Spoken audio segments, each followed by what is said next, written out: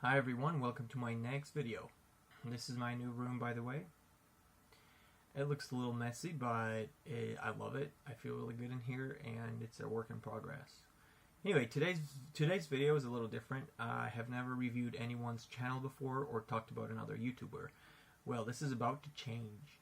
I want to talk about my favorite YouTube channel today. So, my favorite YouTube channel is not a channel that is super popular.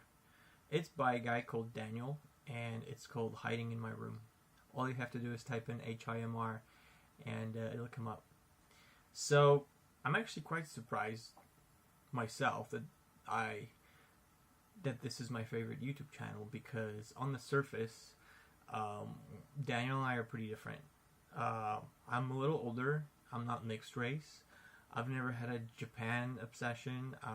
I've only ever watched one anime in my whole life, and it was Death Note, and I actually liked it, but I didn't like it enough to be like, oh, I have to watch another anime and another anime. It was like, okay, it was interesting. I liked the darkness of it, but it was just long, and I prefer watching real stuff, like conventional movies and series. I'm not into girls.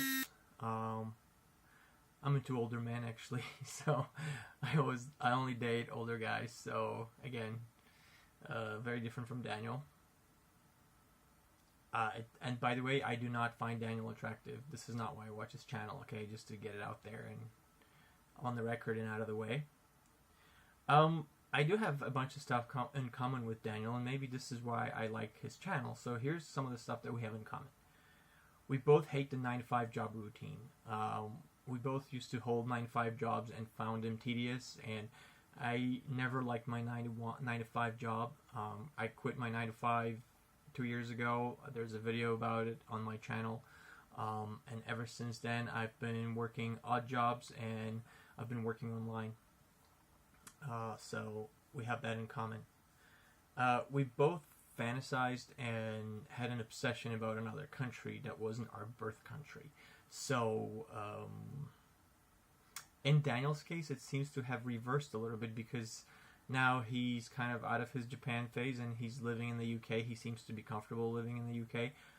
But as everyone knows, everyone who follows his channel knows that for many, many years, he was obsessed with Japan, and he lived in Japan, he learned the language, and he kind of adopted Japan as his second country. Well, I had the same thing happen to me, except my country was the USA, not Japan. So I was always obsessed about the USA. I moved here. I first came here in my teens, and I lived here a little bit. It's a crazy story. Anyway, I'm living here again now, in my old age. And I don't want to leave anymore. I want to stay here now. But anyway, so we both had this obsession. We both, at least in Daniel's case, at one point considered our adopted country our home. I remember Daniel made a video where he said that he feels more at home in Japan than in the UK, and I feel exactly the same way about America. We both dated older people, so I remember that Daniel dated a single mother. He dated Tomoko, although Tomoko catfished him, okay, but she was older. I guess they didn't really date once he found out that she was old, but he did date an older Korean woman, and I think when he dated the older Korean woman, he was pretty young. He was like in his early 20s, so the age difference was, I think, 15 years. So, we both dated older partners. I dated guys who were 20 years older than me, so, and I feel very good about that, and with guys who are older, so. Another thing we have in common. We both learn another language so I actually learned two. I learned, obviously, English, which isn't my native language, and I learned Hebrew. And Daniel learned Japanese, which I'm very impressed with, because it's a very hard language to learn. I don't think I could learn Japanese. I don't think I have enough energy or effort to learn it. We're both self-focused, and we're both introverted and a little narcissistic, and at least I admit it. I don't think there's anything fundamentally wrong with that, as long as you're aware of that and you don't let it get too far. We both try to make money in a non-conventional way. So obviously Daniel makes his money from YouTube, and he used to do eBay. I used to do eBay too. It didn't really succeed. I never made a ton of money on it. I trade currencies online, and I do odd jobs for different friends, trading currencies, which sometimes can make me decent money. Sometimes not. Like this week was horrible because the pound went down like crazy in the last 2 days because of stupid Brexit. But I can normally make money even if the pound goes down, although I didn't this week. We both dated people from our fantasy country, so I've had several American boyfriends, and Daniel had several Japanese girlfriends. Why else do I like his channel? Well, the main reason why I like his channel is his painful honesty. So Daniel is not a people pleaser. He doesn't really care what people think about his channel. He doesn't care about keeping up with social conventions or what the society expects. And I really respect that. And YouTube is full of these super happy, positive, smiley, bubbly, bouncing off the walls vloggers and bloggers and who just tell you all this positive stuff about life, and their videos, they're so informative and funny. They try to make them so informative and funny and positive and clever. And Daniel is like, he doesn't care about that. He's just honest. He doesn't care if his videos are positive or informative. He just tells it. He just says what's on his mind, and I really respect that. I like that. It's actually a fresh change from all this fake positivity that is all over YouTube, and everyone is trying to give advice on something. And Daniel doesn't try to give advice. He doesn't tell you how to live your life. He just tells us about his life. And for me, this is so much better. One of my Daniel's favorite videos is, I don't know the exact title because he's already taken it down, which is a shame. I wish he'd put it back up. But it's called something like, To My Future Employer, Why Should You Hire Me? And then he goes on to recall a bunch of incidents from his various jobs. And those incidents, they all kind of fly in the face of what is considered appropriate behavior at the workplace. And so obviously that video is so sarcastic because it shows him in a bad light, but it's so funny. I love that video. I watched it like 4 times and I laughed every time. And this is what I like about Daniel. Like, he doesn't give a shit. He doesn't care if people know that he's done inappropriate stuff in the workplace. He doesn't care.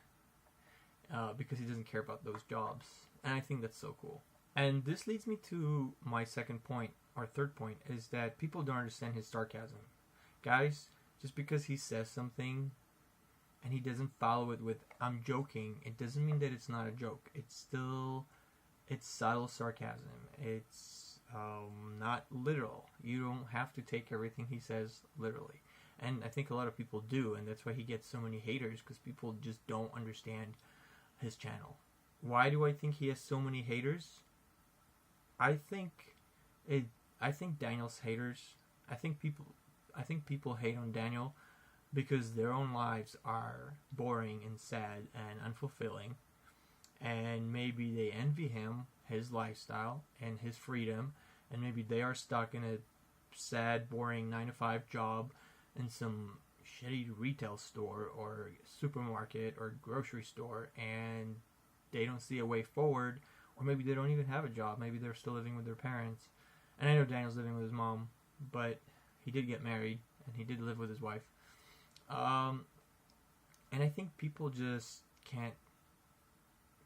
People are just jealous, and people are just envious of his lifestyle and his ability to break out of the conventional way of life, and that's why they hate him. Daniel follows his dreams, and people can't handle that. People are like, when I follow the chat when he's having a live stream, everyone's like, get a job, you're a leech, get a job. He has a job. YouTube is his job, and I bet you all those people who are saying get a job have a shitty job, or that they don't like. They don't make a lot of money. They wish they could be traveling the world and making videos every other day like Daniel, but they can't do that, or they don't do that. So because they can't do it, they're hating on the people who can. And because Daniel is an easy target because he has social anxiety, they kind of pick on him and bully him. So it's sad, really. So yeah, don't hate on Daniel. And you know, it's one thing to make silly comments in the chat room. That's fine. And I've made negative comments to Daniel. Like, I don't approve of everything he does, but he doesn't really care. He doesn't really care what I think, and that's fine. But if you're one of those people that goes beyond making comments and actually does stuff to sabotage his YouTube channel or his private life, then you know what? Shame on you. You should be exposed, and you should be ashamed, because it's not fair to go after someone's family or look up their address, or it's not fair to try to dox them. It's not fair to try to make lies about them on Reddit or other channels on Discord. It's just wrong. I mean, if you really hate Daniel, be brave about it and make a video. Show your face and say why you hate Daniel. That's a good way to do it. Don't hide under an anonymous profile and do shit behind the cover of anonymity of the internet and posts, you know, screenshots and stuff. Just make a video about him and talk to him. Don't be a coward. What's my advice to Daniel? I don't really want to give Daniel advice because Daniel is smart enough to figure things out for him. I kind of felt disappointed that he broke up with his wife, or that they broke up, that she broke up with him, that the breakup happened, let's put it that way. Because I thought that was kind of it, and I thought he was pretty happy living with her. She was a little older, she was mature, she was pretty, she was sexy. Even though I was disappointed with that, it doesn't mean that I don't want to be that person that tells Daniel what to do. Like, go back to your wife or stay away from your wife. He's going to do what he wants to do. He's a grown man. But I would like to see him succeed, and I would like to see him happy. I kind of admire him for pursuing his happiness regardless of what people think. I think what he's doing is brave. The way he's trying to live his life, he's trying to stay true to himself, and he admits to his faults. He says, I'm lazy. He says, I don't want to go back to school. I don't feel like going to the gym and getting buff. He faces up to his shortcomings, and it's honest. That's what I like about him. He doesn't make excuses for himself. He just admits that he doesn't want to do it, and there's nothing wrong with that. So, hey, if you watch this, Daniel, I wish you all the best, and keep making honest videos. Thanks.